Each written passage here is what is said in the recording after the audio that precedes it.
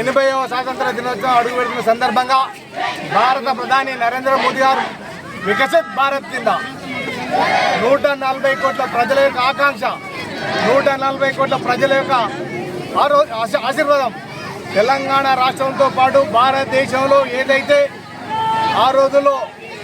British సామ్రాజ్యాన్ని బద్దలు కొట్టి స్వాతంత్రంలో పోరాడి అసూలైన వారందరి ఆత్మశాంతి వారి యొక్క పోరాటాన్ని ప్రజలకు రేపటి భావి పౌరులకు తీసుకువేయడానికి భారత ప్రధాని నరేంద్ర మోదీ గారు తీసుకున్న నిర్ణయం ఏంటంటే ఈ యొక్క 3 రంగుల జెండా త్రివర్ణ పతాకం అనేది ప్రతి ఇంటి మీద ప్రతి భారతీయుడు చేతిలో పట్టుకొని వారు మొత్తం ర్యాలీలు నిర్వహించాలని హర్ ఘర్ తిరంగా యాత్ర అని వారు సూచించడం జరిగింది. దానిలో భాగంగానే ఈరోజు వరంగల్ జిల్లా వర్ధన్నపేట నియోజకవర్గంలో